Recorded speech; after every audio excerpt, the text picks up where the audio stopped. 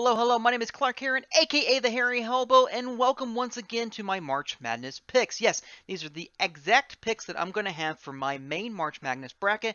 I'm going through each and every single one of these games one by one, telling you exactly who I think is going to win and move on to the next round. For this video, let's start off with the South region. This is going to be headlined by Virginia at the #1 seed. And if you remember what happened last year with Virginia, it's a little bit dicey to pick pick them over the 16.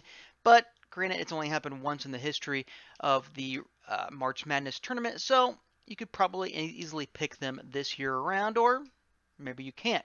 So as you can see behind me, I've got my picks all the way on the left side of the bracket to the Elite Eight. I will start off in the first round of the South, so let's go ahead and see who I'm picking. So, as you can see, I'm going to go ahead and pick Virginia. Pretty simple. I know they lost last year. They're the only #1 team to ever lose to a 16 seed, but Gardner Webb is not a UMBC, and Tony Bennett's squad for Virginia is actually his best shooting squad he's ever had. That being said, a lot better offense, the same very strong defense, an easy win for Virginia to move on to the second round. For the next game, I have either Ole Miss or Oklahoma in the 8-9 matchup. Typically, this is a 50-50 coin flip for the most part. And honestly, for this matchup, it's hard to say because Oklahoma played in a very tough Big 12 conference, whereas Ole Miss also played in a very tough conference in the SEC. But for better or not, I'm going to go ahead and pick the upset here as Oklahoma moving on to face Virginia in the second round. Next up is going to be Wisconsin at the 5 seed or Oregon at the 12 seed. Now this one's going to be rather interesting. Oregon started playing well. They actually won the Pac-12 tournament, whereas Wisconsin has struggled a little bit in the Big 12 or Big 10 play and really struggled with the free throws. Ethan Happ does lead that team in scoring, but he's not very good at the free throw line. Now he's not the sole reason why I'm not picking Wisconsin here, but I think as a team, Oregon's the hotter team. They're going to be shooting a lot better, and for me, I have Oregon moving on to the second round. Next up, we have the 4 versus 13 matchup, Kansas State versus UC Irvine. And for this one, it's pretty simple. I think Kansas State is the overwhelming favorite. Now, I would love to see Dean Wade come back for Kansas State and play in this game, but even if he doesn't, I still think they still have enough firepower with Mr. Brown Jr. leading the way for Kansas State to go past the Anteaters of UC Irvine, moving on into the second round to face Oregon. So now let's go to the bottom side of the South, and we will start with the Villanova St. Mary's. And this is an interesting matchup simply because St. Mary's beat Gonzaga, arguably one of the best teams in the nation, in their conference tournament.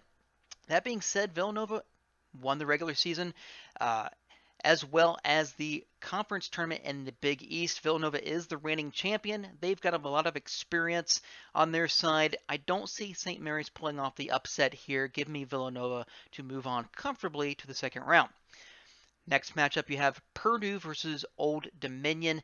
And Purdue, in a lot of people's minds, they're picking them to potentially be an Elite Eight team. Now, we have to remember, of the teams that lost their first conference game in their conference tournament, Purdue's one of those teams, meaning that they can't make the Final Four based on history. It's never happened before. But that doesn't mean they can't win the first round game. Give me Purdue to win this one. I think it's going to be a little bit closer than what the experts may think, but I like Purdue moving on to face Villanova. And the next matchup, we've got Cincinnati versus Iowa. And with Cincinnati, it's a great team. They play great defense. Offensively, they do struggle from time to time, but I really like their defense and how they like to play. And Mr. Cumberland played lights out in the AAC championship game. He put up, I think it was 31 points in that championship game to lead a nice win over a very good Houston team. As for Iowa, played in a very tough Big Ten conference. They struggle on the offensive side. Their leading scorer is only 14, nearly 15 points a game.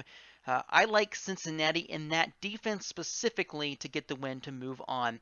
And they will face the winner of either Tennessee or Colgate. Well, let's not make too cute about that. When Tennessee wants to play, They can beat just about anybody in this conference and or the bracket itself. Give me Tennessee to move on to the second round. So let's do a quick little recap of the South. We have Virginia moving on to face Oklahoma. We have Oregon upsetting Wisconsin to face Kansas State. Villanova to play on against Purdue, and then Cincinnati to move on against Tennessee. So let's go ahead and take a look at the entire bracket updated so far. And as you can see, we'll be moving on quite nicely in this next video. We'll be looking at the Midwest first round picks. If you have seen my other videos, or if you haven't seen them, go ahead and take a look and see exactly how I picked the other side of the bracket, both the East and the West, all the way to the Elite Eight. And hit that little notification button as well. It will alert you when these videos go live tomorrow on Tuesday, sometime in the afternoon. As for now, my name is Clark Heron, aka the Hairy Hobo, and I'm out.